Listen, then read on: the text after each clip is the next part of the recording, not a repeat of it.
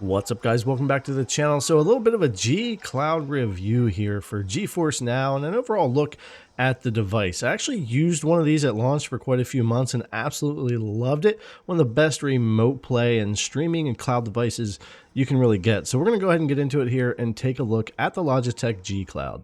So as far as an unboxing, I don't want to take forever on this part, but for those of you that are interested, we'll kind of go over the box here for the G Cloud. It's fairly minimalistic, your typical information on the outside about the product and that type of thing.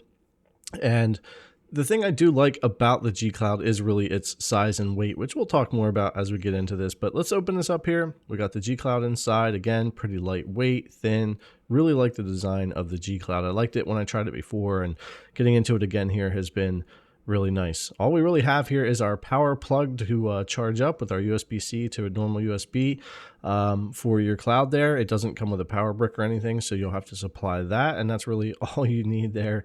There's not a lot to get into, and all of your setup and information is going to be done on the device. So let's go ahead and peel off our screen protector here. This has a very nice 1080p 60 fps IPS screen on it, which we'll see as we get into some gaming and stuff here. But yeah, the design of this is very nice. The grips are really nice. It's fairly comfortable. It's lightweight, and typically I get like 8 to 12 hours at least out of my battery when it comes to this thing. There's no fan, no noise, not really any heat. It sips power, but it's meant to be a streaming device, so that makes perfect sense. As far as your setup, typical for going into like an Android setup or going in and setting up for your Google account. So I'm just going to log in with my Google account here and get set up, and that's really all you got to do. So I'm going to go through this pretty quickly. I'm going to skip forward and get through the setup process here. But yeah, once you go through, get everything set up, get logged into your Google account, or create one if you need.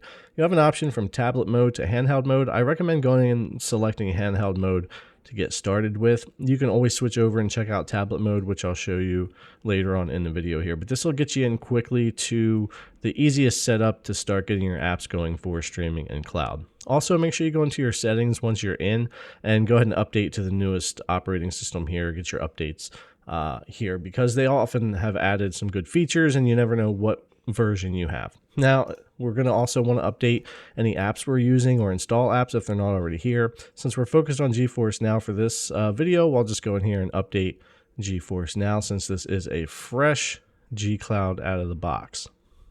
Now, if you want to go over to that handheld mode, go into settings, device information, and switch to tablet mode.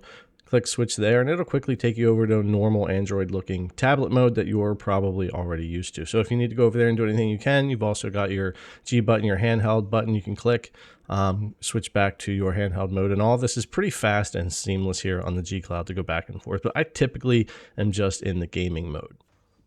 Okay, so let's go ahead and get into what we're really here for, which is GeForce Now here on the G Cloud. And again, this is a 1080p 60 fps IPS screen, and it looks really great, but we are going to go ahead and cap things to 60 FPS. I'm going to go ahead and select my own server location as well.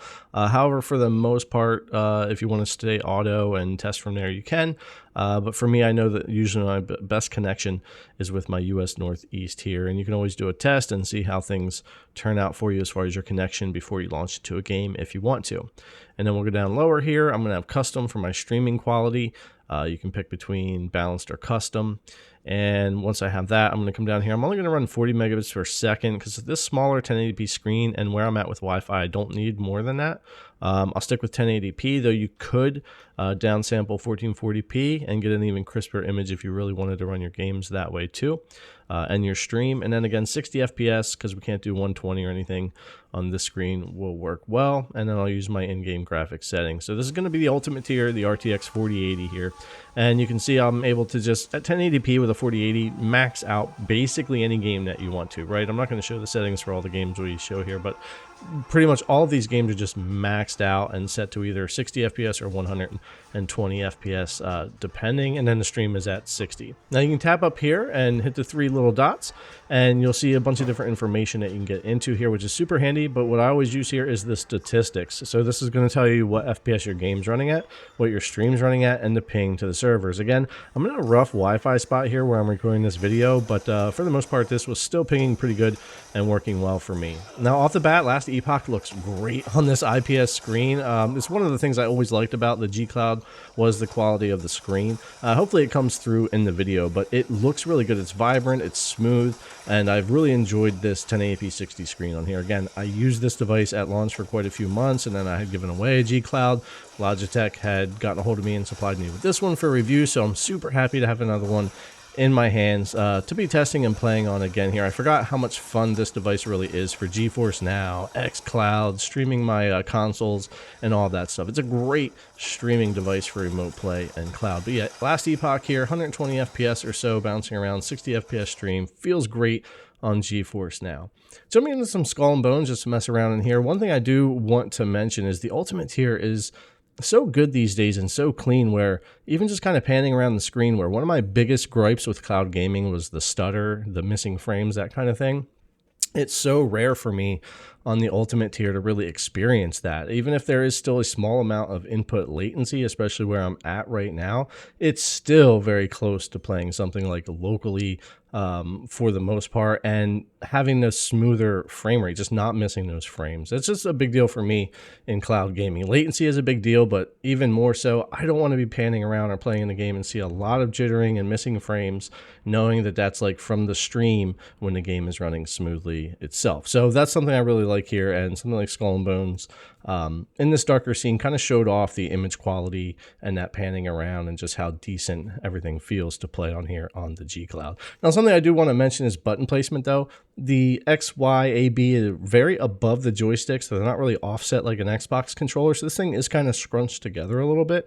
So for me, it can get a little uncomfortable with bigger hands, but it's not too bad. And for the lightweight, the size, the ergonomics, it's not a big deal. But like the D-pad and the buttons aren't really offset as much as you might be used to with like a typical Xbox setup. Now, Cyberpunk running full maxed out here on a G Cloud streaming also looks great on GeForce Now. I had to show this game just because it looks so good on the screen and streaming at this quality with everything turned on complete max, including path tracing and all that.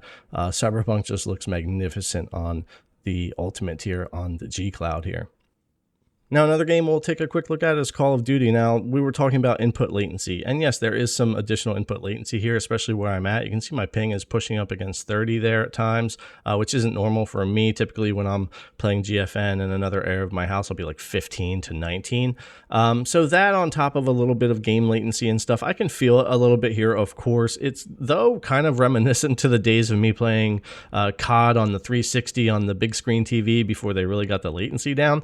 I'm kind of accustomed to that, so for me it doesn't feel bad at all. This is actually quite good, and I had a lot of fun. Certainly not going to be competitive, but I could definitely sit around and play some rounds of Call of Duty this way and enjoy myself just fine.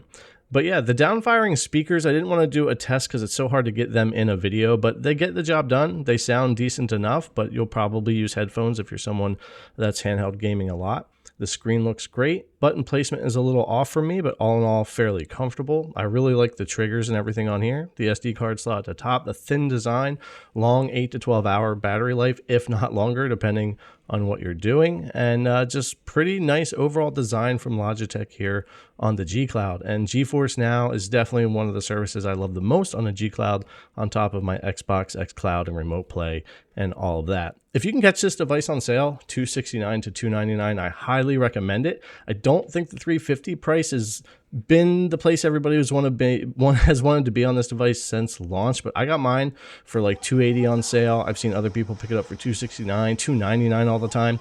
I think in that price point, if you're really looking for a great handheld that's dedicated for streaming, for remote play, for cloud, this is definitely the one to think about going for. All right, guys, thanks a lot for coming to check out the video as always. I really appreciate it, and I'll see you in the next one.